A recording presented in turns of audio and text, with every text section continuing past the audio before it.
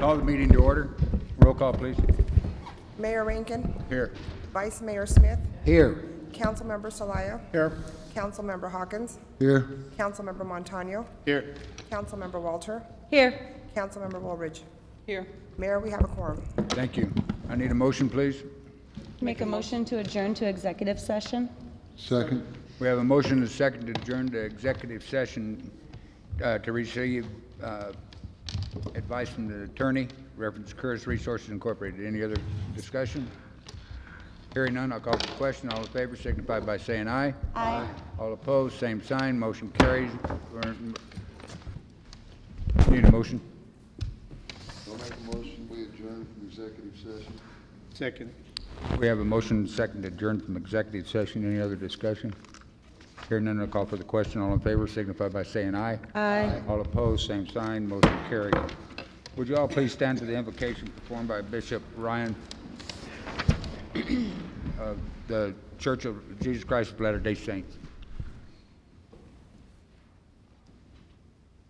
Our dear Father in heaven, we thank Thee for the opportunity that we can be able to be gathered in behalf of this town council meeting. We are grateful for the opportunity we can have to live in this great nation and for the freedoms we enjoy.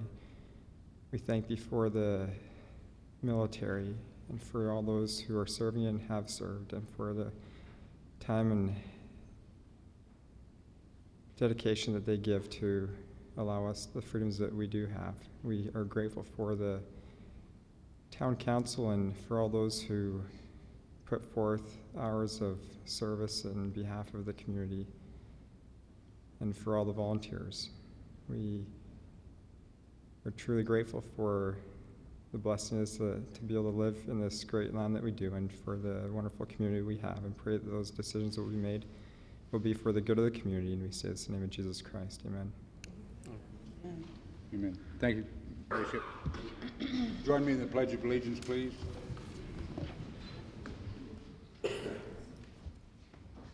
I pledge allegiance to the flag of the United States of America and to the republic for which it stands, one nation, under God, indivisible, with liberty and justice for all. Please be seated.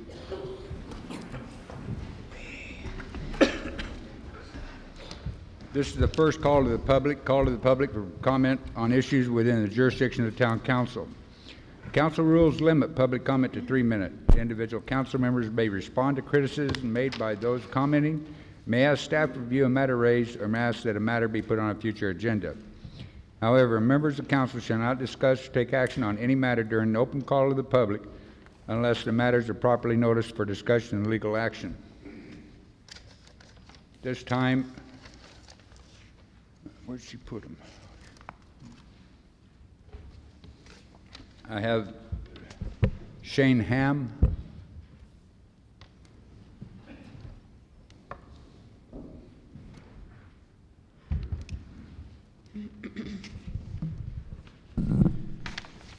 Good evening, and thank you for the opportunity to speak tonight. My name is Shane Ham. I'm an attorney representing Curis. It's always wonderful to return to Florence, but I regret that the circumstance bringing me here tonight is the town's attempt to expropriate Curis's private property. Here in the United States of America, we place a high value on the right to own private property. It's right up there with life and liberty. When the government expropriates private property, it's a big deal, and such a decision should not be taken lightly. This is especially true when there are so many tax dollars at stake. Even by the town's own estimate in the staff memo, it could take up to $12 million to acquire the property, more than 1/4 of the town's entire annual budget. On top of that, the town will lose about $4.5 million per year in tax revenue from the mine. Even if the town succeeds, it means that tax increases for the taxpayers of Florence will soon follow. As you know, before the town can take away Curis's private property, the town will need to demonstrate a public purpose for the seizure. The fear of government taking property from private citizens to benefit other private interests is exactly why the voters of Arizona passed the Private Property Rights Protection Act in 2006. If the town cannot get over the high legal hurdles enacted by that ballot initiative, there will be nothing to show for this expropriation effort except for Curis's legal bills, which by statute the town will be required to pay. More than that, the town will also need to prove that the land use is necessary. I did some checking and I found out that the largest wastewater treatment facility in Pima County serves about 130,000 customers and takes up about 9 acres. The proposal tonight would seize enough land to build over 130 plants serving over 17 million customers. That's larger than growth projections. In light of this, it's hard to see why the town needs to spend millions of taxpayer dollars acquiring nearly 1,200 acres of land. The town may think it's desirable to seize all of that property from Curis for other reasons, but it's certainly not necessary. And even if the town prevails on those two legal issues, Curis will still have the chance to prove the highest and best use of the land is as a mining property. If the court agrees with Curis that the mining use of the property is grandfathered in, the town will owe Curis not $6 million or $12 million, but hundreds of millions of dollars. And even that will be a long way down the road because tonight's action only begins the expropriation process. This is not Venezuela, this is America. And in this country, property owners can defend their rights against the government in court. Win or lose, the town will be paying lawyers a lot of money for an inevitably lengthy and costly court battle. It seems to me that the taxpayers of Florence are taking all of the risk tonight, and it is the private entities that stand to gain all the rewards, and that's not fair to the taxpayers. I still believe it's possible for the town and Curis to go forward with the pilot test project on state land for a couple of years in order to prove to the taxpayers of Florence that this project is safe and economically beneficial to the town. In the meantime, Curis is happy to discuss the possibility of setting aside an unused portion of the project land as a potential site for a wastewater treatment facility in a way that won't cost the taxpayers so much money. I urge the council to respect private property and continue working with Curis instead of creating a government seizure that will never stand up in court. Thank you. Thank you. Jim Walter?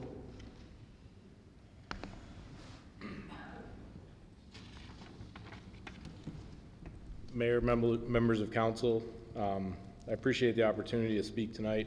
I wanted to speak on a little bit of a different issue. You have a lot of big issues in front of you tonight, but one of them was the sanitation. I wanted to talk about a component that maybe hasn't been discussed as much as I feel it necessary. Mark is the name of the sanitation worker that comes to my house twice a week. He's the man that knows my children by name. They come out, they know him by name. He takes the time to acknowledge that they're there, say hi to them, beep the horn, the whole 9 yards. This is a service that you get from a municipal worker. If you go to a private company, they'll tell you, yeah, the prices might be better, which I disagree with, but you're gonna lose that component of a municipal employee that answers to the people of the town. That's what they work here for. When they came here to the town of Florence, they came as sanitation workers. They didn't come as some other position that we have open for them. I wanted to also comment on the information that I've read in the newspaper, as I feel that it's not only one-sided, but it's very misrepresented. I remember filling out a questionnaire that asked me, did I want recycling? Absolutely. As I think you'll find many of the people in this room. I come from a place that had recycling. I feel that it's necessary. It is a component to preserve our environment. I agree with you.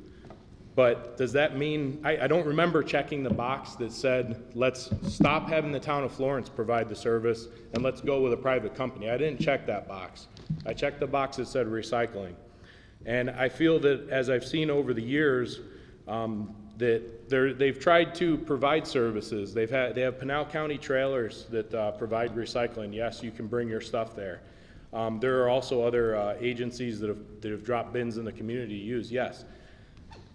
I feel that that was what was put in place at first, but then when the residents said that they wanted more, it was kind of pushed back on them to say, body language means a lot. When you watch yourself on TV and you can watch the way that people react, the reports that I started to hear and the way that I started to read people's body language was, well, you know what, I guess if the people want recycling, then we'll give it to them. But we're going to take away the town service that they have and we're going to give it to a private company.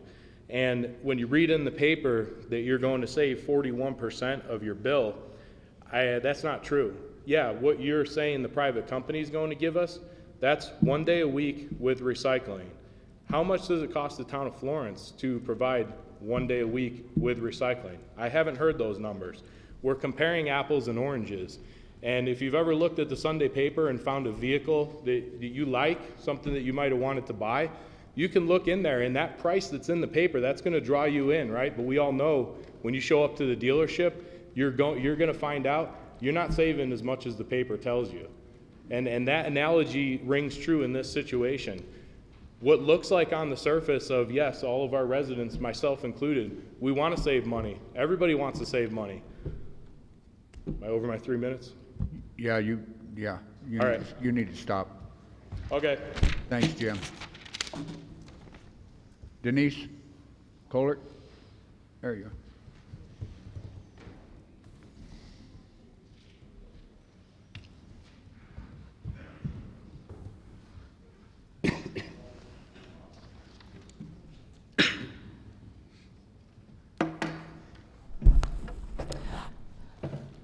Good evening, Council and Mayor. My name is Denise Kohlert, and I live in Florence Garden. I am speaking this evening about Ordinance 59213. You are authorizing the town manager, town staff, town attorney to spend any and all cost of this ordinance. If you take the middle number of $7,000 per acre with 1,187 acres, this equals over $8 million. This doesn't take in any fees, etc., that may be incurred as the lawsuits go forward. You tell us, the taxpayers, that you don't have money to do some of the things that you've talked about doing for the town. So where does this money come from? Please let Curtis try their test well. It was done before without any problems. Then we all will know if there is a problem. It can be stopped at that point, and it doesn't have to cost the taxpayers of Florence huge amounts of money. Thank you. Thank you, Denise. Jim? Now, is that Knupp or Krupp? Knupp. Okay. All right. Mayor, Council, like the other Jim in the audience, I'm also speaking on a different topic tonight. I just really wanted to let the town know that the Congressman's office in Santan Valley is now open. We are currently full-time staffing it. It is located at 270 East Hunt Highway, and if I can give you the phone number, it is 480-882-2697. Again, 480-882-2697. But otherwise, I wanted to let you know about an event that is going on also in Santan Valley. It's going to be a Pinal County Business Roundtable. It's going to be this Friday from 9 to 10:30.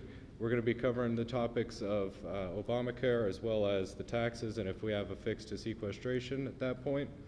We'll be looking at immigration.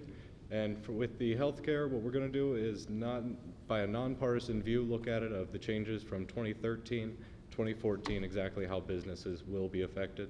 So I'd encourage you to go. It's going to be at the Santan SRP Service Center from 9 to 10:30. Cool. Jim, thank you. Thank you. And relay to the Congressman, we're glad to have an office there, okay? Betty Wheeler?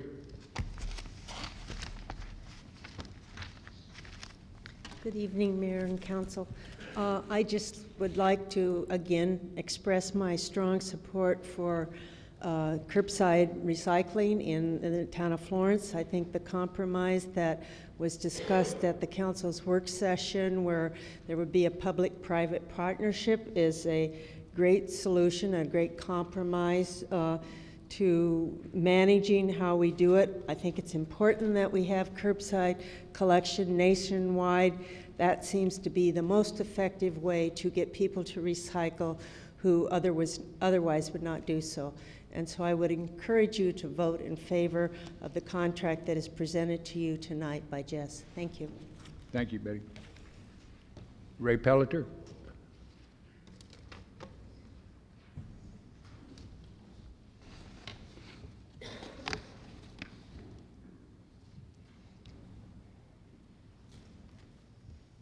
Mayor, council, staff, good evening. I too would like to talk on sanitation. I totally agree with the recycling. I disagree with farming it out. On the numbers that I saw on reading the agenda today, the town right now takes in $93,000 a month, or $1,111,104 a year. The town going to RAD would bring in $54,000 a month, or $654,000 for the year.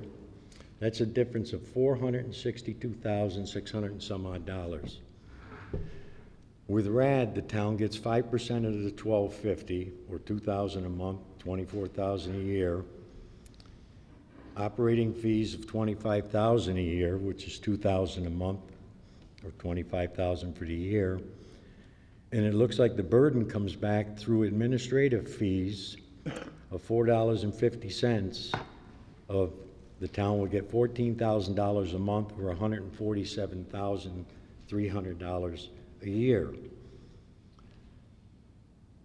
The base cost being $1,250, the total cost of $17.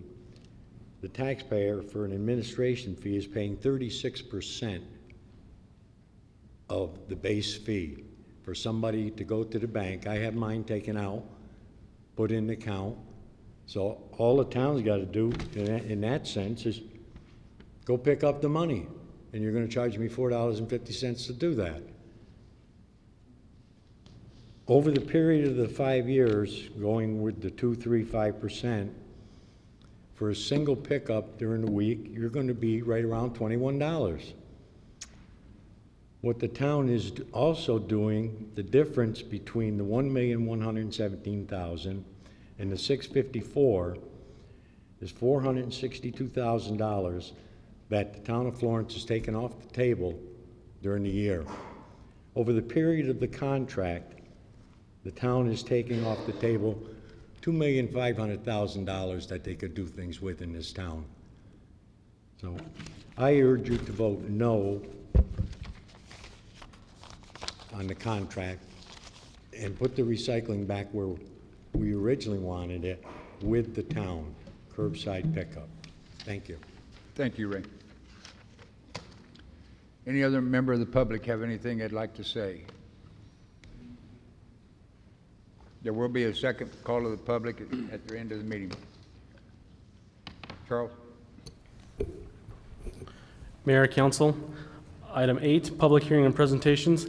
Continuation of Number 8, continuation of a public hearing for submission of an application for fiscal year 2013 Community Development Block Grant State Special Project Funds, and discussion of approval, disapproval on resolution number 1374-13, a resolution of the Town of Florence, Pinal County, Arizona, authorizing the submission of an application for fiscal year 2013 State Special Project Grant Funds, certifying that said application addresses one of the community's previously identified needs and meets the requirements of the state SSE program, and authorizing all actions necessary to implement and complete the activities outlined in said application.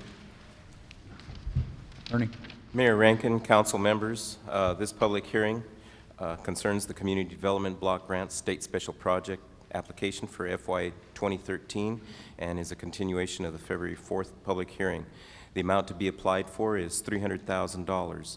A little background, last December a public hearing was conducted as required by the Arizona Department of Housing to discuss potential projects for which the town could apply.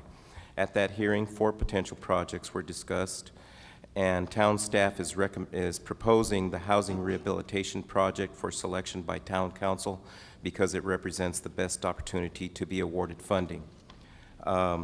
This hearing is the last opportunity for the public to make any final comments regarding the proposed project, which is owner-occupied housing rehabilitation, or to propose an additional project.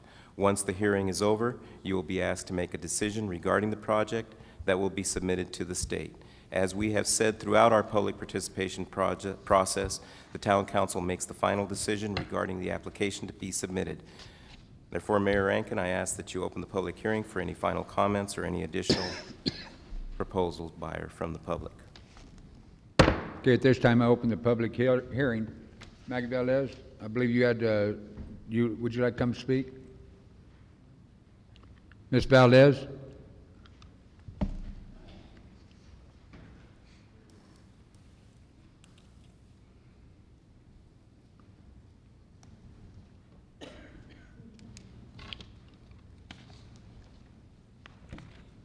Mayor and council members, thank you for letting me come and speak to you on behalf of Mrs. Teddy Reese.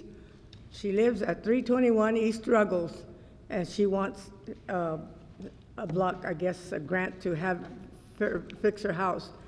Her house needs a new roof. It doesn't have a foundation, and we have been trying to get her something for about 6 or 7 years, and nobody seems to help. But I thought I'd come to you, see what maybe you could do. She needs a new roof. She doesn't have heat or cooler in her house, and you know how cold it gets in the winter. She has burned 2 cooking stoves, ovens. That is her heat that she puts on, and then her gas bill goes sky high. And then the cooler is an old swamp cooler that she's had for so many years that is just running out. And she needs something. She's a very bad asthmatic, and her house has a lot of mold in her bathroom. What she does is she gets paint and just paints it over, but then it seeps out. And she's one of Dr. Bentz's patients, and he has told her that it is very serious that she has so much mold in her house. But she can't afford it. She just can't fix nothing because everything is so expensive for her, and she's a widow. Her husband died in 1977, and he built an addition to her home in 1960, and he was going to fix up more, but then he got sick and got cancer and died. He died in 1977. So and she's been like that all this time. And we have helped her quite a bit. I bought her a real big, nice, pretty heater from Costco, those real pretty ones. But she can't plug it in because she needs to rewire her house. All the fuses in her house burn out. And she really does need help. And I should hope that you people would try and see what they can do to her, because she's a lifelong resident of Florence. She was born and raised here, and she went to school with me when we were younger. So I know her very well, and I have been trying to help her all this time. There's another lady here in town too that helps her, Mrs. Celaya, Julie Celaya. She helps her quite a bit too, and we just can't. Sometimes everything is so expensive. She had three boys, and she lost one, but the other ones, they grew up and got married, and they live out of town, so they just only have these jobs that are just paying the minimum wage, and they have families, they can't afford it. They just can't afford to help her. They do every so often, they send her some money, but then she's got to use it for all her expenses. She had an old car that she had to sell because the insurance and the license and everything was so expensive that she just couldn't do it. So she got rid of it. And now she lives right here on Ruggles and University Street. And like I say, the house doesn't have foundation. The roof leaks. Every time it rains, she puts little buckets or cans or something to catch the water so she could throw it outside. And I think that we should, and you too should help her as much as you can, because this lady does really, really need this work on her house. And I know that at one time there was some houses fixing here in Florence, and she didn't qualify, or she didn't put it in. And then I went and I told her, oh yeah, I didn't know that, she said. So then I told her, well, I'll be looking into you and see, that your name gets on there. So, and I do hope that that you people can do something to help her out. She is just, everything is so expensive, she just can't afford it. So she just patches over whatever she has. And like I say, she's already burned 2 gas stoves. She doesn't have a heater because her rewiring is bad, and every time everything goes off when she turns that heater on that I gave her. But, and you know how hot it gets in the summertime also, and summer's coming also. But I think we went to Coolidge, and they had some people they were building their house, they were building houses on these old houses, that they were just knocking them down and burning them, and tearing them down. So they have new homes, and I just wondered if maybe that's what probably you could do. She's got a big lot there on Ruggles, and you could just probably knock that old house down and build her a brand new one, I think. And that's all I just want to say, and I just wish that you guys would really try to help her out as much as you can. Thank you. Thank you very much. Can I ask her a question? Sure. Can I ask you a quick question, ma'am? Maggie? Maggie. And I I can had- call her Maggie instead of Miss Valdez because she's known me ever since I was a little one. Miss Valdez, do you know if the woman that you're speaking about, has she contacted Project Bridge at all? I'm sorry, I didn't Has hear she you. contacted Project Bridge at all? Well, we have been trying, but there's no funds. The funds are all gone. I don't know where they go to. They say that they get funds, but then I don't know what, they don't, I don't know where they go to. Okay. So, I'll take down her name and I'll speak with Tanya. I'll contact her tomorrow. okay. Thank you. Like I say, she's in desperate need, and it's going to get hot again, and it's very, very hot. Thank you very much. Thank you. Rachel?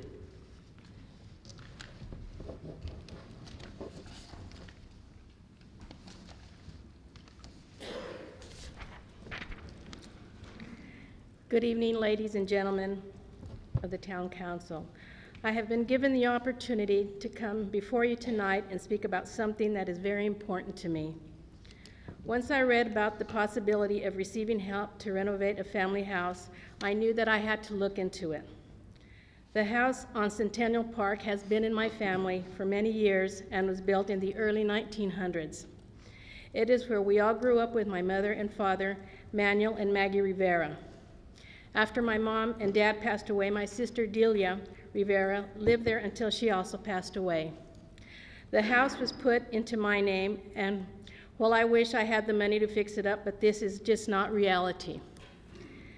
It has always been my dream to move back there and be closer to my family. But with me owning another home and today's economy, that is just not possible at this time. I hope to move back there and live next door to my son and his wife, my sister, and my many nieces and nephews who still live in that area to this day. As I am sure you can tell, the house and area is very special in my heart, and I hope that there is some help out there to help me fulfill my very important aspect of life. Thank you for your time and consideration. Thank you. Is there any other member of the public have anything they'd like to say? Any member of the council? Tom, you got any? Mayor Rankin? Ernie? Yes.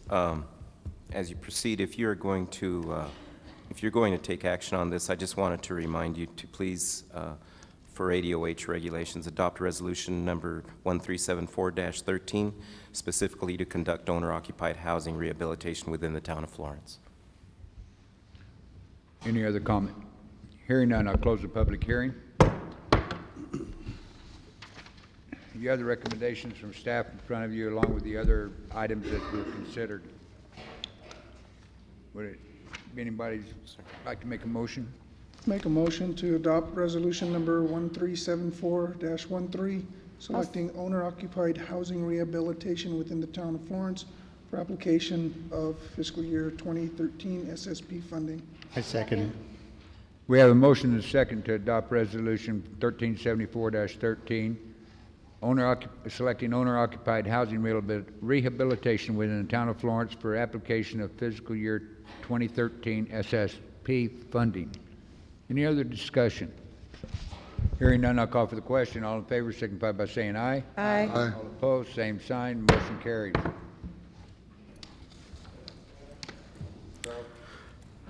Mayor, Council, item 8B, presentation from Arizona Department of Transportation on the temporary closure of northbound traffic at the Highway 79-79B intersection until fiscal year 2015-2016.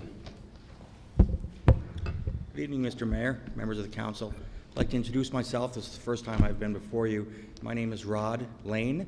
I'm the recently appointed district engineer for the Tucson district. I've only been in the position for about a month and a half, replacing Mr. Remery, who moved up to Phoenix for another opportunity within ADOT. I'm here to talk to you today about the closure of a particular movement that took place, that we put in place about 2.5 weeks ago on 79B down south, where we've eliminated the movement heading up towards 287. The challenge we had with that was it had come to a point where it had become unsafe and it needed to be addressed. So we did a test closure several months ago. It worked well, and we had decided we had to move forward with the final closure. Where we're going now, we are pursuing funding for the preferred option, which is a roundabout. Once we get the funding for that, we will move into the design section and then into the construction, with the anticipation of design being done in year 14 and construction being done in the fiscal year 15-16. About a week ago, on the 25th, about a week after we started this closure, we had a conference call with members of this City of Florence staff to see what issues had developed in that time. We worked through a few things, and at that point they asked us to come and speak with you to see if you could, if you might have some particular interest in this. Along with me, I brought Mr. Scott Beck, who is our regional traffic engineer, who's been more involved in this project for the past year than myself, who might have a little bit more history. So I guess at this point, I will ask if there's any questions or any issues that anybody has that maybe we can address. I put a map up on I've asked to have a map put up on the board, see if my little pointer works.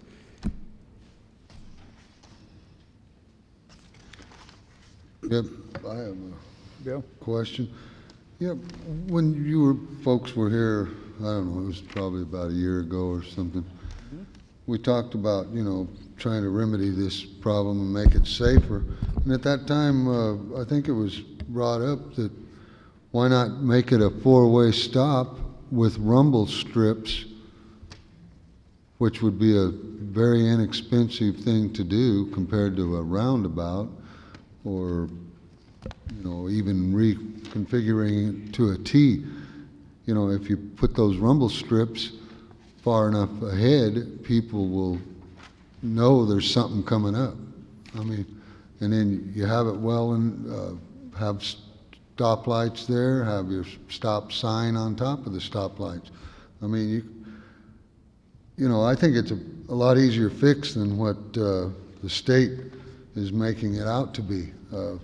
And I think it could be remedied a lot less expensive. And a roundabout, you might not even have the funds in that length of time. And I'm wondering, why we didn't try the rumble strips and a four-way stop there before we go and put a permanent closure in for the next 2 years, which detours people from going downtown and that are northbound to go down to our main street. They have to go all the way down to Butte, or we're going to have construction on Florence Heights, which is you're going to pour people onto that. But anyway, I think we should have tried the rumble strips and four-way stop before we went drastic and completely closed it off. Members of the council, Councilman Hawkins, we went through a development and design process for this. We used our own engineering staff and hired additional engineers to go through the study and the project assessment process. And considering the whole design procedures in place, we're very confident in this solution. The interim solution, the existing condition, it developed where it needed to be addressed. And this is the process that we were heading down to address. Scott, would you like to address any of this? Well, did you even look at the solution that I'm talking about? Rumble strips and a four-way stop? We did. Did anybody, we didn't even try it. I know we didn't try it. Well, good evening. My name is Scott Beck, Regional Traffic Engineer for ADOT. Right. You're right in that we did not try it, but that solution was evaluated. ADOT, as a state agency, as well as all local agencies, have to follow national standards. National standards for putting in an all-way or four-way stop, there's certain guidelines.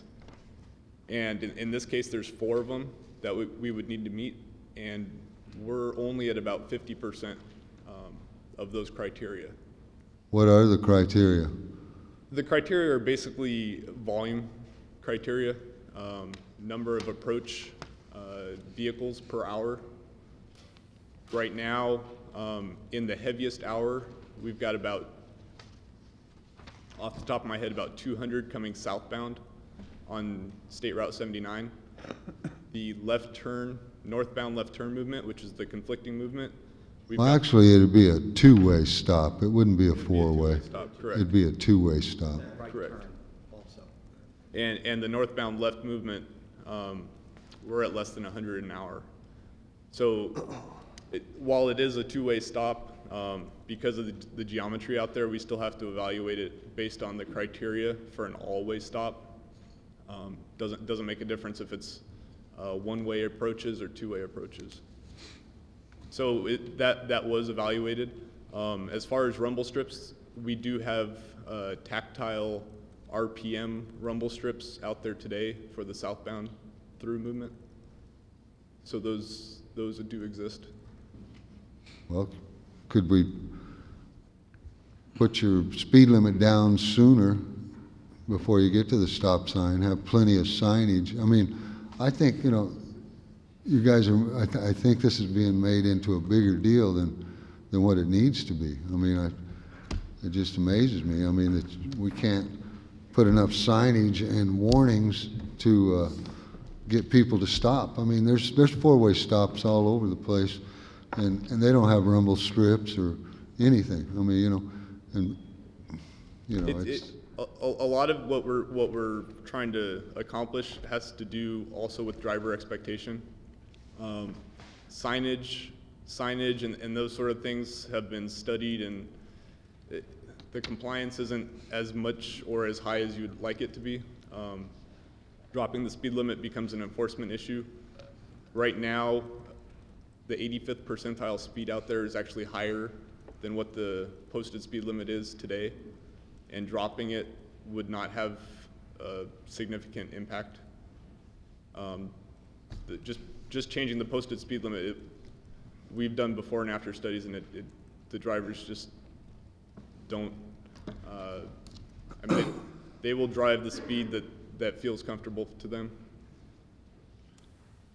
I think my concern is that the fix is so many years out, so you're feeding traffic onto our local streets, which is going to create more wear and tear.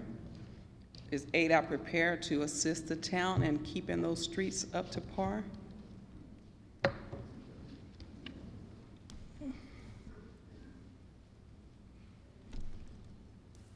That's a long pause. I'm reading your name, I'm sorry. Councilmember Wilridge. Your glasses off your head, put them on your eyes, you can see. Yeah, I know, that's what I was thinking about doing. The detour route that we're using is all state highways. So all the traffic that is being detoured through there is our maintenance responsibility anyway. So I guess the answer to your question is if there's a problem with the roads, we'll be out there addressing it. In terms of your local streets, if there's through traffic, that issue came up also in speaking with your staff in a conference call last week. And in the past, if you have challenges with people cutting through, we've done things where we've put signs up that say local traffic only, and they have to stay within our right-of-way. The challenge comes with enforcement of that and how that becomes enforceable. So that's a bit of a challenge. But we expect everybody to stay on the state right-of-way, and we're signing it such. And I don't believe we've seen any drastic increase yet. I see this as a problem that what you put down on paper is not reality. You bring some big truckers through there, and they're going to find the quickest way to get through town, which means if they're coming north on 79, they're going to take Canal Street, or what is now called Florence Heights, to cut across to get over to cross the Burger King so that they can go that route. They're not going to care about the signs you put up. They're looking at the shortest route to save them time. The second issue I have is we currently have 3 crosswalks that are for the school district, and you're going to increase the traffic by over 100 vehicles per hour, which not just with local small private vehicles, you're looking at commercial vehicles. And right now, with the budget that the Florence Unified School District has, they're barely making it using part-time individuals or volunteers. So now, if we have somebody that's walking late to school or leaving early on a half day, they're going to have to provide coverage full-time. What is the state going to do to assist the school district in providing coverage for that? Councilmember Montano, are those crosswalks on Florence Heights that you're speaking of? No, the crosswalks are on Butte Avenue or 79B, as well as going through town, right through the middle of Main Street. Mm-hmm. As far as the traffic going through in an increase, these are still state highways. They've always been state highways. They've been designed and constructed to handle that type of traffic from the beginning. The enforcement of the school zones, it becomes an enforcement issue at that point. What's the construction time on that out there? The actual construction time from start to finish? Off the top of my head, without any kind of design plans or anything, I would guess probably at least 6 months. 6 months. So wouldn't you think that you would work on the paperwork behind that and then actually close the road during construction to limit the amount of time that the road is closed?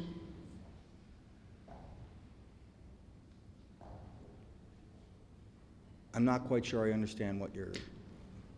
Okay, how long are you closing the road down for? Right now, it's going to be closed, that movement. It's just that movement is going to be closed until we get the new design in place.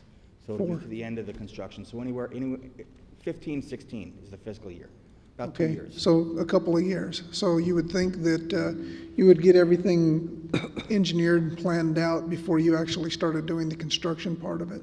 Yes. What's the purpose of closing it down during that time?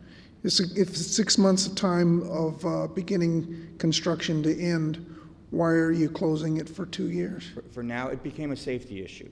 Okay. But this is the same thing as going back and saying it's an enforcement issue. Well, and also the intersections at Highway 79 and Butte Avenue, as well as Butte Avenue and Main Street, they're going to have increased traffic, which will cause some problems for our police and fire vehicles that need to respond to emergency situations.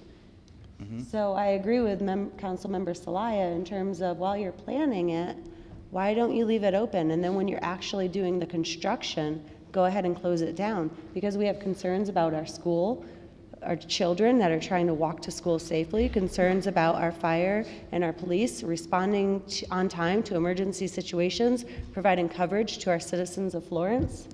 It seems like the impact of enforcing changes in that area right here are going to be less than the impact of us having to adjust for rerouting these people through this area right there.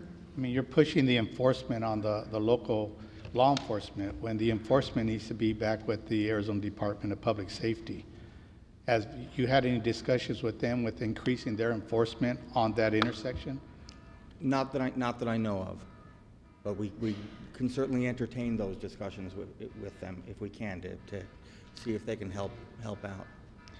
Now, okay, just to get this straight, you're telling me that there's no way you guys can put more signs saying slow down further back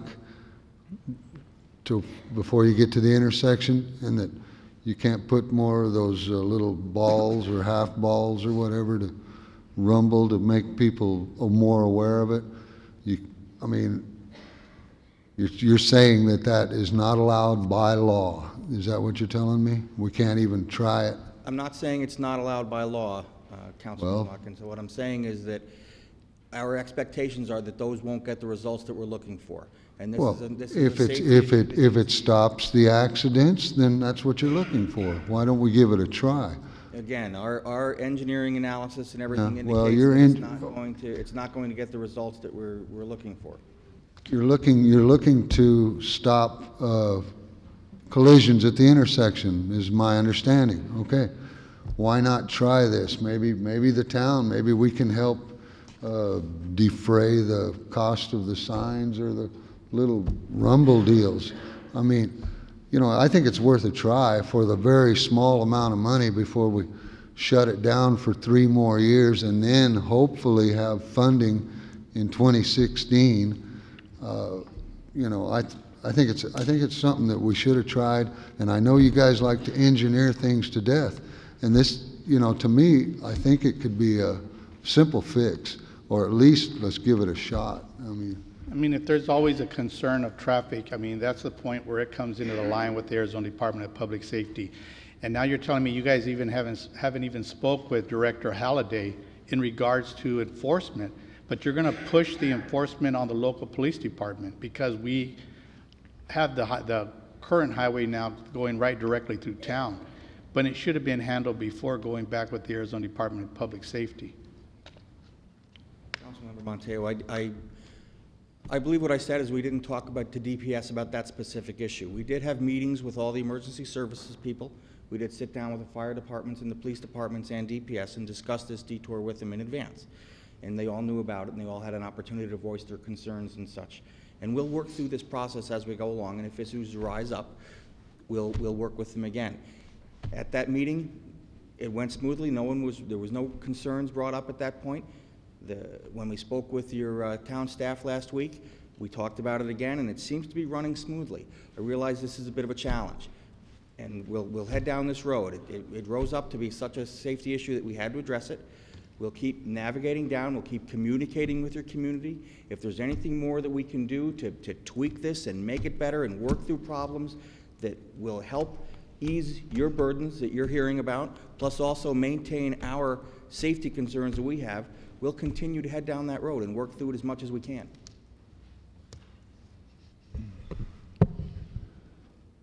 You ready? Do whatever you I think you've been warned about me. To begin with, weren't you? Warned. Yeah. To begin with, I appreciate you coming down tonight. Thank you. I sure wish you'd have done it before you guys did what you did, though. I think the timing is very, very bad on it. The accident rate out there that the state is being sued on was brought down to ADOT by the Attorney General. Is that correct? With their recommendation to do something with that crossover? It came down that we needed to do something. How many fatalities have we had at that? I couldn't tell you off the top of my head, Mr. Mayor. Okay. I can remember two. Who designed that intersection to begin with? I also couldn't tell you that off the top I of can my tell head. you. ADOT. Okay. I mean, I remember when that was put in out there. And how many years ago was that, Mr. Mayor? Before you were born, probably. Wilbur, you were here. It's been, how long ago has that been, you think? 25. At least 25. And that was an ADOT engineering nightmare to begin with. And then I take a look at your survey that you ran. Mm-hmm. I see that the majority of everything that we're talking about here today was discussed in the survey. And almost everything goes against everything that you're doing at this point. So the survey that you did, you didn't pay attention to it very much. We don't know what funding for ADOT's going to be this year. And I'm sure that that's in the 5-year plan for this district. Is it a 5-year plan has that ever been put into the 5-year traffic plan? That's the process we're going through right now. We're securing the funding, and we've got the PA done, the project assessment. We've determined which alternative to go through, and now we're securing the funding to put it in the TIP. Okay. In the TIP, right? Mm-hmm. Okay. For people who don't, as transportation improvement projects or programs, whatever you want to call them. I see the roundabout is being discussed. Yes. And part of the problem with the roundabout is you have to do an archaeological survey of the ground. Mm-hmm. It has to be certified that there's nobody dead out there buried and stuff like that, and nothing that. Mm-hmm. How large a roundabout you putting in? Well, we haven't come up with the final design yet. It's still in the preliminary stages, and I don't have that information with me right now. It's going to have to be a pretty big one, though, isn't it? More than likely. Due to the fact that there's semis that use that road, and there's semis on that road quite a bit. Correct. And at this point, you have a sign down on the other side of the chuck wagon directing people to Coolidge with a detour sign or an alternate route sign. Don't you have that up already? I'm not sure if that's the case or not. Scott, do we have that? Yes. No. You ought to come up here more often, stay in Tucson. You've gone against your study, guys. You don't agree with me. Just tell me why you don't agree with me.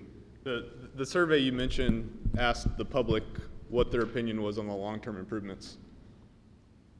I believe that was the question. You want to look at it? You don't have it with you, I take it. I can show you the study. I can show you that 50%, they don't want a roundabout out there. People don't want a roundabout out there. Correct. But we're going ahead and doing it anyway, right? Because that's a better idea, even though the people don't want it. The roundabout does have the safest operations, yes.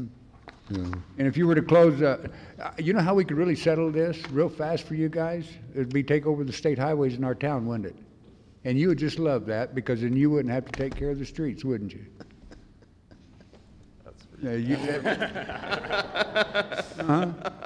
We've been fighting you guys on that for a long time. And you can't say anything because you'd love to see us take it. With the taking over of the state highways comes all the maintenance, all the liabilities, all the legal issues. It's a significant That's why you still got them. thing. There you go. That's why we still got them. Mm-hmm. But now you're throwing it on Florence Heights Road. If you take a look at your survey, what alternate route did you use? 29% of the people that responded said Florence Heights Drive. Mm-hmm. Even though Butte Avenue only had 10%. So there was 19% of the people that went someplace else. That had to be Stewart Street, which had 5%, and others. Your numbers, for what you guys did, don't go with your numbers. Can I, Mr. Mayor, Sure. members of the council, can I address, I've got 3 things jotted down here. First, the age and the design standards. You talked about the design of this being at least 25 years old, and that was done to at a different time with different design standards. Significant changes have been made back then. So yes, it was an ADOT design. At the time, the population was a lot less. At the time, the traffic was a lot less, and at the time, it met the current standards. It's not the case anymore. It needs to be updated for safety. In terms of the archaeology, being impacted strictly for the roundabout, it'll be impacted, I think, for any construction that goes on out there. And whether we do a T, whether we do a roundabout, there's significant archaeological issues out there, and they're all going to have to be addressed as part of the NEPA process because it's all going to be federally funded. So we're going to be heading down that road no matter what option we go. And as far as the 29% traffic, your questionnaire is local traffic, all the people that know that. And all the local people are going to cut through and because they know the streets and they know which way to go. So you are going to see a lot of the local people going through there and using that. It's expected. Okay, well, I can just give you a personal experience. I use that road every day to come to the courthouse. And I had to stop there for 5 cars turning left, while other cars were just going around them like that, just like we do over at my house on 287. So you were heading north and you were making a left onto Florence Heights? I was headed east to go on to 79. Okay. 5 cars passed me, coming down, going west on, had turned west on Florence Heights. Mm-hmm. All 5 of them were out-of-state vehicles. Mm-hmm. Not one Arizona car was there. Mm-hmm. And you're telling me that they're going to use Butte Avenue for the detour when they know the shorter route? Well, I think what we can do is we can sign it. And we've talked to your staff, and we've offered a few alternatives. If we have challenges going through that, we can help with some local-only signs that'll be in our right-of-way. Local traffic-only signs. We've done that before on construction projects. It's a way to go. The enforcement is a challenge, but at least you might have a little bit of a deterrence from it that way. We'll work through this process, I think, as we go. Okay, and I understand we're not going to be able to change your mind here tonight on anything, okay? You're ADOT. Thank you. You're ADOT, and we understand that. But now let me do one thing, Fo. You go back to the director and have him go to Tom Horn, the Attorney General, that his office has told you to do this, to get it taken care of. And you go back to him and you tell him, are you going to cover Florence when one of our vehicles that we've detoured off there comes down that canal road or Florence Heights Road and runs over a kid? Are they going to take care of us? No. And you know that as well as I do, because the state doesn't get involved in it. We're going to have to take care of that. While you guys sit down in Tucson and up in Phoenix and say, well, we didn't expect that. I'm sorry, sir. This meeting should have been held before you closed that down so that we could vent it against you. It wouldn't have done any good, but it would have been the proper timing. And I want to know about if somebody does get killed on that road because of your detour or lack of detour and signage. Where does ADOT hang out on that? Because you're not going to make the general public go all the way down to Butte. The only way you're going to do that is shut off every side road headed onto 79. And then you've got the 3 school crossings with very minimal signage. And I've been around ADOT enough to know a little bit out of the inner workings. It's a greasy wheel that gets, or the squeaky wheel that gets grease or whatever that is. You got me so damn flustered now, I don't know what. The district engineer needs to be coming down to Florence every once in a while. You take a look at our bridge out here, another thing that you guys, that was your idea, we're going to fix that booger. And now you can't even ride a bicycle across there because you get swallowed up and go through the bottom. Mm-hmm. And you can't deny that. And that was your rubberized asphalt or whatever you called that. The ARACFC? Yeah, that was bad a week after you installed it. And you had to go back and make repairs on it. Maybe 2 weeks, okay? I'll give you the benefit of a doubt. But it was within a month. And again, ADOT has got to start working with the local municipalities. And I will be talking to the Transportation Board about this because I think it was very wrong to you guys to close that off without letting the council have a say on it. Just go in and do it and talking to staff. And that's how we found out, because you talked to staff, you didn't talk to the council. That was going to affect people that come in from the Cactus Forest area or Tucson area that had the opportunity to come across if they were going to Coolidge, or if they were coming to the high school, if they were going to wherever over in that area, to the Holiday Inn even. And I think it was a mistake the way you did it. Well, Mr. Mayor, members of the council, I can only answer you this way. And I'll only probably get this opportunity once because I've only been in this job for a month and a half. So hopefully I can increase the communication with your... Well, you'll be the first one, I can tell you that. Because ADOT always take a look, because we're on the way out of your district. Mm-hmm. We're at the very end of your district, I believe. We're close to it. No, we go all the way up to 60. Oh, you all 17 miles north? Yeah. And you come 50-some miles up, yeah, well, okay, I'm not going into that way. Just to follow up on the mayor's conversation here, there are now 12 potholes in that bridge. I've counted them. I know that I've talked to my maintenance engineer and my operations engineer in going up there and working on that. Good. And we're working on doing that. The other question I have is we rely on ADOT to do something in a certain length of time, and I don't really have the time element on this, Jess, but when are we first okayed the grant from ADOT for the beautification of our Main Street program? Streetscape project is at least 10 years. Now, that's a long time to get a grant straightened out. Okay. And so when I have to rely on ADOT to do something, am I going to believe the amount of time they say they'll get it done? This other one's been going on for 10 years, for God's sakes. Well, I'm not familiar with the grant that you're speaking of, so I don't know what I'm sure you are. So I can't really answer the process challenges that have been happening in it. I don't know whether the plans have been completed, whether the plans were completed under an old thing. Things have been changing over the last several years because of the financial crisis. So plans requirements have been shifting over the years. A lot of those older projects have gotten stuck in that kind of a mode while they're trying to update to the current NEPA standards. The grant was awarded before the fiscal problems came about, but we never received it because they kept changing the plan. And I just, going along with your time elements, I can't quite understand it. I can't quite understand closing the section down for 2 years. I just, I have a hard time going along with it, that's all. I have one more thing. Go ahead, Ruben. When you leave here, stick around here till about 8:30, 9 o'clock, and then take First Avenue out to 79.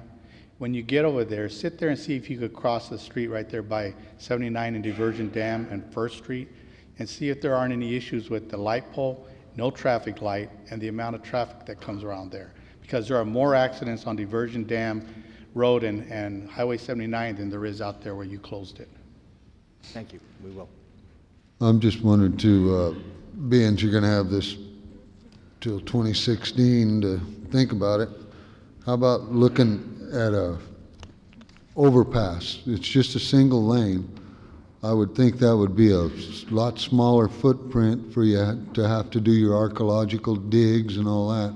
If you just put a single lane overpass, then you've taken away all the safety risk. I mean, it seems like that'd be a real easy way to do it, other than and a lot less complicated than a roundabout. A lot of our senior citizens that come to visit Florence, they have a problem coming in from Coolidge. Hell, they cross over onto the oncoming traffic daily. I mean, I see it every day. A roundabout, they'd really get screwed up in. So, you know, I just... I think we're getting off the subject just a little bit about the reason we're here. Yeah, but I agree with everything you said. ADOT is ADOT, so I think we're just... oh, I'm finished with it. Yeah. Bill, I agree with everything you said, but we're getting off at the closure of 79 up there. I wish you'd have did this prior to doing the shutdown and your temporary signage. It's going to be there longer than you probably will be the district engineer down here, because they'll transfer you someplace else too. And if you have to make these decisions in other communities, please go to the councils prior to, because we're the one that, you get to go back to Tucson, and we're the ones that hear the blood on the street. Mm-hmm. We're the ones that take the bite out of somewhere where you sit, okay? And it's nothing we can stop, and I understand that. But your own surveys are going against everything that you're saying that you're going to do out there. I don't know how you came to the conclusion that you were accurate in interpreting this survey. I wasn't here then, or on the council at that time. I was here. I went to your meetings. I listened to them. And you said something right in here just a minute ago. You know, that was laid out 25 years ago. And they're going to be saying that about this thing in 25 years. Because you engineers always got a brighter than idea. You think you're driving a big old train down there, and I'm sorry, folks. Simple solutions sometimes work out a lot best than what you guys have done out there at this point. Okay? Thank you for your presentation. Thank you, Mr. Mayor. Okay, at this time, I've been asked to take a break. We'll take a 5-minute break. We're going to have everybody take their seats. We'll get started again. It's good to see a macho here. I got to use my little... I saw that. My lightsaber. I got this at one of the conferences that we went to. Goes for all you attorneys, too. You can sit down.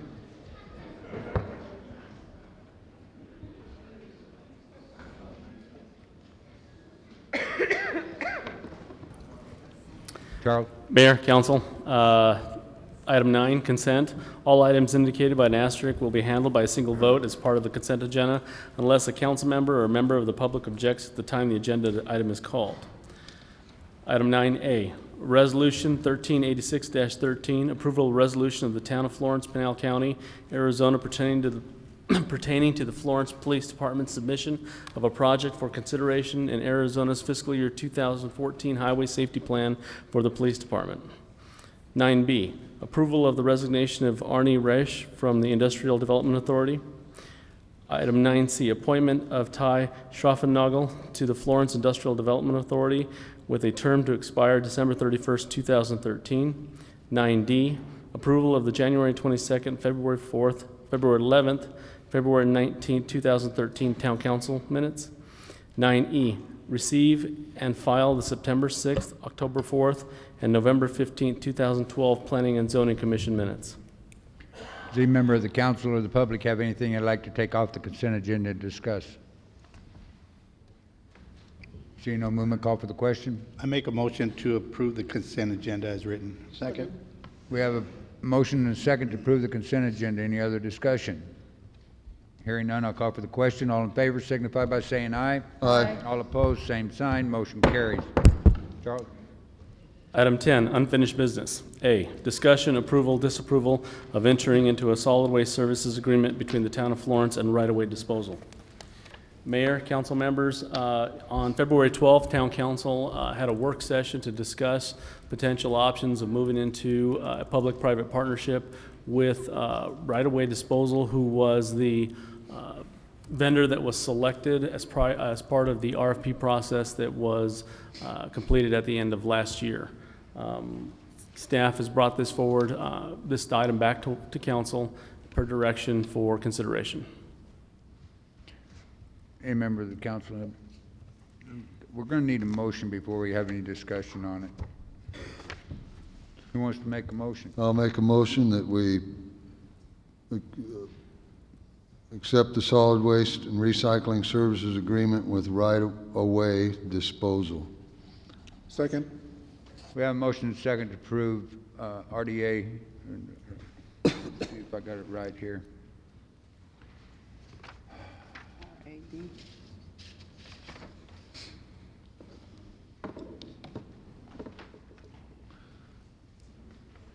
Approve with RDA solid waste agreement between the town of Florence and Right-of-Way Disposal. Any discussion? Yes, I have discussion. Okay, first of all, I have a question for Mr. Knutson. Have we obtained the waiver from AZDEQ to provide once-a-week collection? We have not obtained the waiver as of yet, but the process takes approximately about 30 to 45 days, and we're confident we will have that in place by July 1.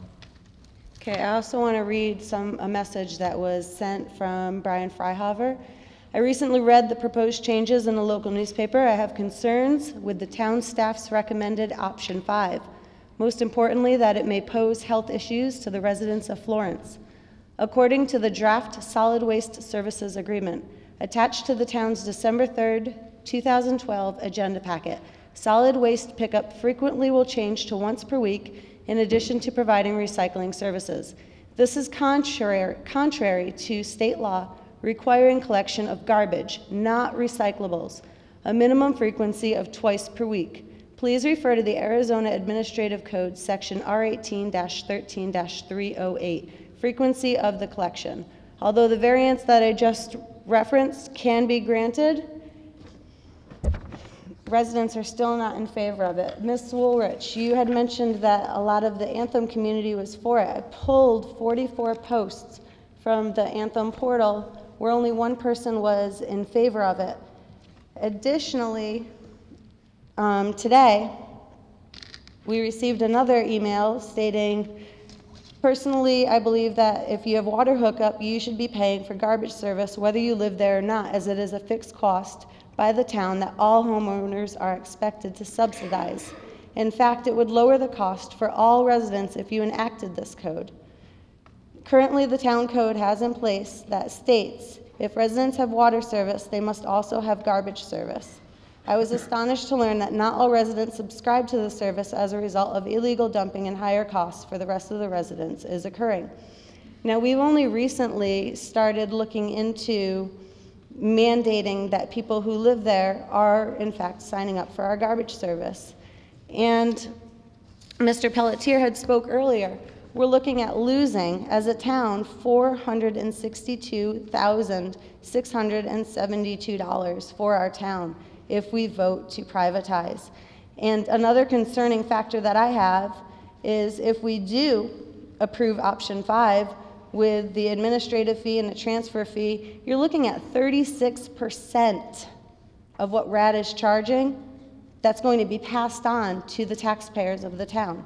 You're saying that the town is going to get $24,000 a year from RAD, that's the 5% because you get like the franchise fee, but the fees that we're charging is $147,000 to the taxpayers. I'm not in favor of this recycling. I do not think that we did do justice. I asked you just before, what would the cost be if the town dropped down to 1 day per week? Did you have an answer for me? If the town did 1 day Yeah, recycling if you're and 1 day comparing trash? apples to apples, as the gentleman said earlier, if you're looking at what RAD is going to provide versus the town, do you have a dollar amount? That we did the study with economist.com. We took a look at the doing the equivalent of what we have RAD doing for us, and we were looking at keeping the same rate structure, but we were able to reduce the amount of the increases over the over future years. Okay, but you still didn't answer me correctly. What is the cost? Not keeping the same rate structure, what is the cost? It would be the existing rate structure that we have in place right now. It would be $28.98 per month. And in addition, I'd also want to state that residents, if this is approved tonight, which a majority of what I've heard from does not want it to be approved, concerns over starting in July. And the person who owns right-of-way disposal, is he here this evening, Bart? Okay, come on up for a moment.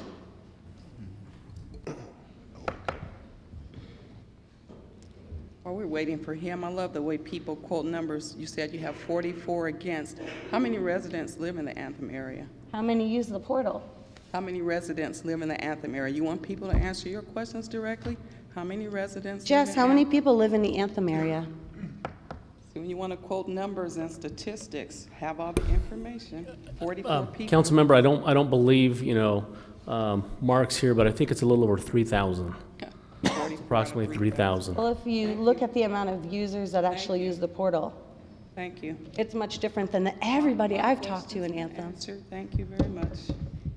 Okay, anyhow, Bart, you previously owned a company. Yes. And you owned it for how many years before you sold it off? 4 years. 4 years. So now you've obtained a lot of contracts in the areas. You've obtained Queen Creek, you're looking at, I believe you already have Globe, and some others that are coming in. What guarantee do we have that you're even going to stay around and not sell it off? Because I did that once, and do I regret it? Yes, and that's why I'm back in there. I'm building a company that I can hand over to my children. I got 3 young boys that come down and help me every Saturday and Sunday down there at the waste recycling facility, and I would love nothing more to have something that I can honor and know that I built and take pride in, and I'm teaching them to take pride in my business just like I do. On top of that, we also have a 5-year contract and multiple other bidders that were really competitive in trying to get this. So I'm not really afraid if he does go away that there's not somebody out there right behind him that's going to jump right into it. And another concern that I have, thank you, Bart, that's all. And I do have one more question, actually. A resident asked that they were concerned about the greenery from their yard clippings. Would that go in bulk or would that go in the trash? They could do either one. If they trim it up, obviously where it goes into the can like they do now, they can throw it in the garbage can. If they do have bulk pruning that they do, they can set it out for bulk pickup and we'll come by and pick that up. Yes, ma'am. Okay, thank you for your time. Thank you. The other 2 concerns, as I said, was concerns over starting in July if approved. And last but not least, we have accrued that $1.2 million in surplus, and one of the possible usage is using it to repair curbing and sewage downtown. Is that correct? Councilmember Walter, if I may, on your first question, the reason staff is recommending a July 1 is because when we are changing our services, we wanted to make sure there was adequate time to transfer and work with our existing employees and also work with the vendor so to make sure that it was done appropriately and correctly, and also to educate our property owners, our homeowners, our residents in the town. Second of all, yes, currently there's $1.2 million. However, staff has made recommendations for portions of that money to be maintained in that fund. So after the 5 years, if the town wishes to go back into the business of sanitation, there are funds in there to go ahead and purchase additional trucks or the infrastructure that we need. We also did recommend that a portion of that be used to improve or maintain existing roads that can be increased for the service delivery. Parts of that money to be worked with our staff and the school system to educate kids on recycling because they're the ones that will drive this system. So that is kind of some of the recommendations on the use of those funds. I also, if I can add to that, am very interested in looking at moving forward towards a town-owned transfer facility, something that is owned by the town that could be, we could go out for RFP for the operation of it, but we need to invest in our future. I think that's a good use for that funding. I'd like to close with, I believe that we need to keep the garbage service, the sanitation service here within our town. Can we have a roll call vote when you do this?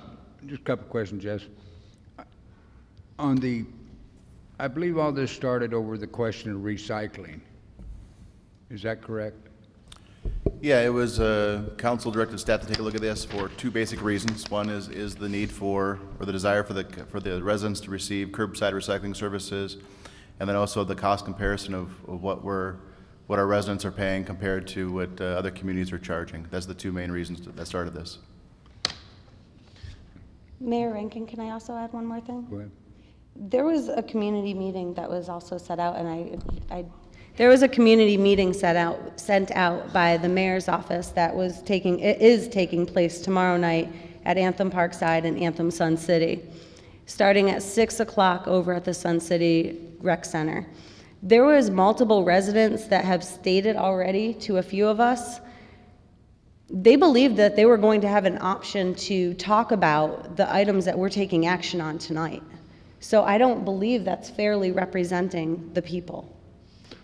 I'd like to point out that we've discussed this and had plenty of public input on it.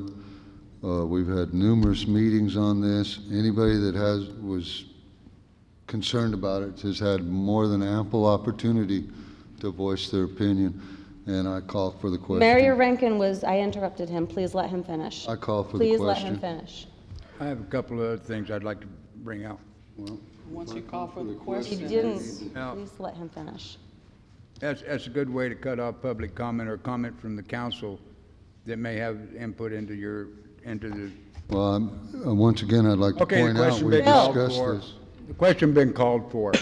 All in favor signify by saying aye. Aye. Aye. All opposed, same sign. No. No. Motion carries.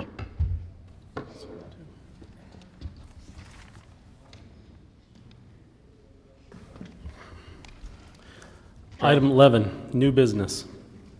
Ordinance number 592-13, discussion, approval, disapproval, and ordinance of the Town of Florence, Pinal County, Arizona, declaring a public need and necessity and a public purpose, authorizing and directing the town manager, town staff, and town attorney to take any and all actions necessary, convenient or desirable, and to sign any and all documents, and to pay any and all costs, fees, or expenses in order to acquire real property located in Pinal County, Arizona, and known generally as Assessors Parcels 200-31-054A, 200-31019F, 200-31-0550, 200-31-019G, 200-31-019E, 200-31-019C, bless you, 200-31-0200,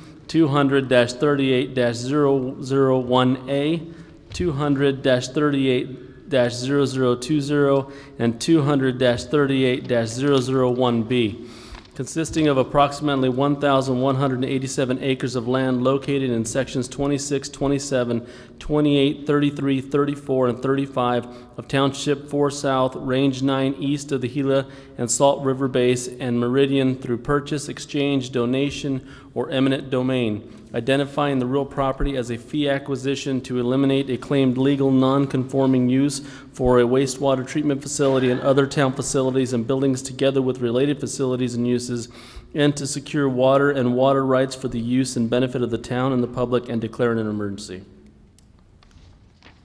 Member of council, you've heard the ordinance. Do I need a motion?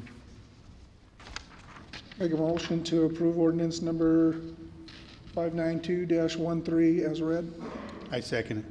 We have a motion and a second to approve ordinance 592-13, and for furtherance of the public purposes of the town and as a means to ensure the future well-being of the citizens and the residents of the town of Florence. Any other discussion?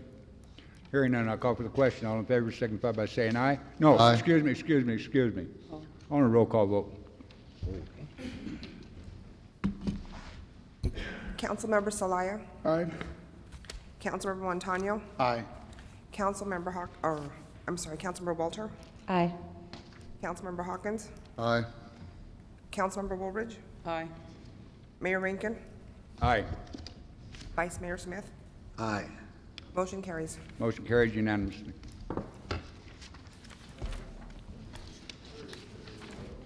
This is second call to the public.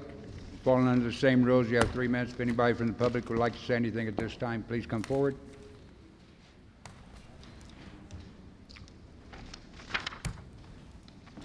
Hi, I came and spoke earlier. My name is Jim Walter. Unfortunately, I didn't have a chance to cover about 3/4 of what I wanted to cover.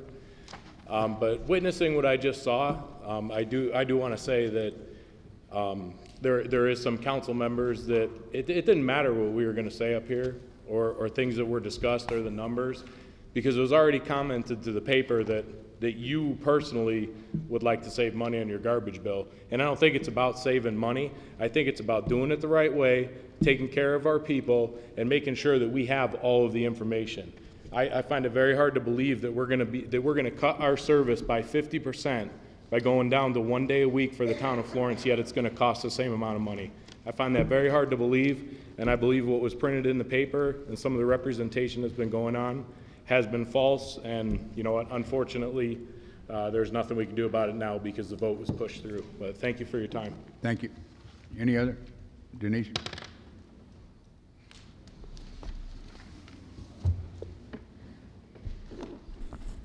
Denise Kohler. I don't understand all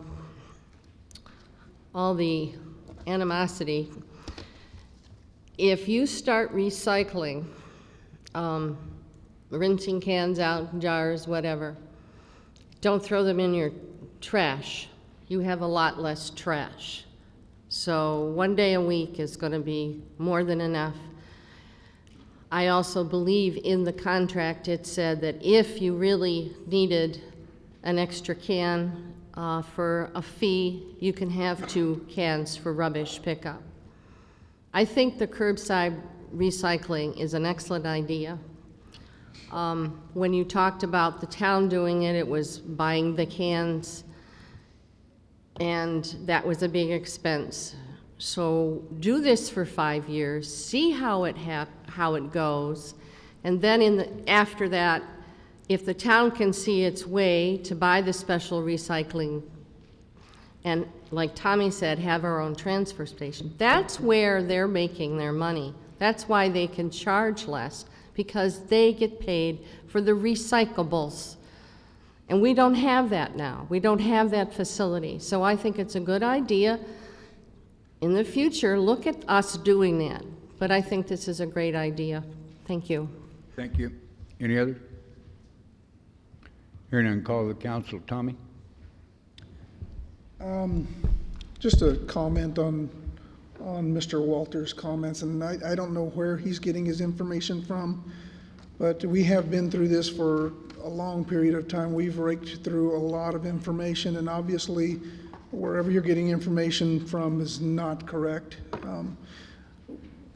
We're elected in this position to look at the best value for our citizens, the best value. Sometimes we are citizens and we make decisions that are, we're inclusive of. I think that this is the right move. I mean, you're looking at, it just seems like you're manipulating the numbers in a different way that does not make sense. The trash pickup is acceptable as one trash pickup and one recycle. And even in that event, if you need another trash can, you can purchase that and still be paying less than the amount that you would pay for what we're paying for right now. So you could get your recyclable and 2 trash cans for less than what you're paying for your trash right now. I don't understand why people cannot see that. difficult for me to understand. Ruben? I'd like to go back to the comment that was presented to us by one of the attorneys from Curis. He brought up a quote mentioned by John Locke back in the 1700s during the time of the development of the Declaration of Independence. And he talked about at that time looking for life, liberty, and for property. That was what they looked at. And back then at that time, slavery was a part of the property. It was later changed to the life, liberty, and pursuit of happiness. And happiness applies to everybody, not just the businessmen, but the people from the individuals that are in the community. And I think one thing that's really important is understanding the water rights belong to the town. And we need those water rights here to continue to grow and live here in this community. And that's what I want to say on that. Thank you. Tara? Yeah, I do want to address what happened tonight on 3 different ways. One, I believe that we needed to have the information presented to us accurately and the first time. It took us multiple meetings to get to this point, and all the information was not presented. The information from our IPO officer and Jess, you are it, to the newspaper, it's not factual. If we do drop down, which we just voted that we are, to 1 day a week, if the town did the same thing, we'd still be paying 30% more. It's a 30% difference. It's not a numbers game. The numbers that were pulled from the gentleman that presented this evening were right from the presentation that Jess had. So we're essentially giving away $462,000, which that's fine. If the town has that to give it away, go ahead and do it. There's definitely a need for our council to come together and find a way to communicate a little bit better than needing to raise our voices, making snide remarks, or snickers. This is not professional to us, and it's not professional to the public to need to witness it. I'm disappointed in what happened, and that's all I have to say. And Jess, I understand it's Friday is your last day with the town. Good luck. Bill? Yeah, I disagree with our Councilman Walters on the point that Jeff gave out false information. I don't believe that's factual. She talks about facts. The contract is the facts, and the facts are it's going to cost you $17 a month for your garbage and recycling, and it's a 5-year contract. It's a binding contract. You know, I'm sorry that everybody, you know, that whatever. I think we've got very good communication amongst our councilmen. I haven't heard of any problems up until just now that we've got some kind of a problem Cut here. off Mayor Rankin. And I have the right to call the question at any time, and I exercise my right. We've discussed this ordinance to death, and I don't know how many different ways we could decipher it, but I think it was time that we made a decision, and that's why I called for the question to answer your question. I wasn't doing it to be rude to the mayor. I was just saying we've discussed it to death, and I think it was time for a vote. The last thing I'm going to do is be rude to anybody. And if anybody knows me, they know I'm not a rude person. Valerie? And I don't really care to be redundant, and I stay above the fray because I pride myself on being professional, which I believe I have been tonight, even in lieu of being attacked personally, but I'm not going to address that. I agree with Councilman Celaya. I agree with Denise, and I think that we have made the best decision for the citizens of Florence, and that's what I stand on. That's why I ran for election, and that's why I vote the way that I vote, because I vote for the best interests of the citizens that live in the town of Florence. Tom? Yeah, it's been a long night, and I would like to say one thing, and it's I thank our current town manager for all he's done on this, and Jess, the rest of our staff, because there has been a lot of information to digest and figure out. Also, I'd like to thank another gentleman here tonight, because he stood by us for a long time. Amantra Patel, Thank you, sir. Our previous town manager. I would like to say that I think enough has been said tonight. Thank you. I agree.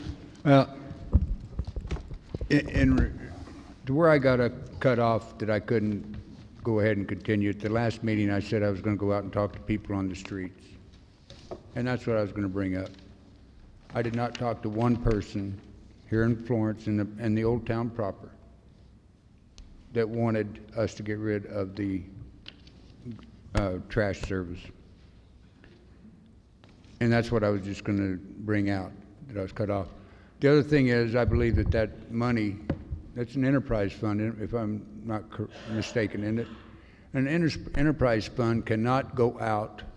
I don't know what we're going to do with that money now, because that belonged to the taxpayers that paid it.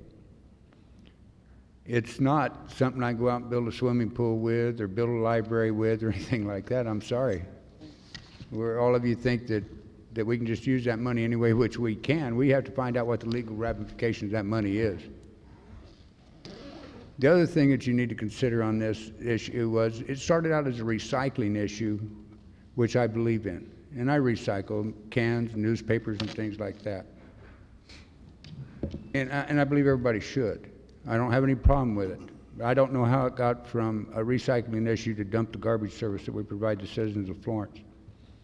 The people that even had to pay the $27, $28, they told me they didn't care as long as they got the same kind of service as we give them today. The other thing that you have to understand is on those rates, and this is where I couldn't ever really get a good feeling from staff. Those rates were set for increases 5 years ago, I believe. Back when I was on the council, I was mayor before.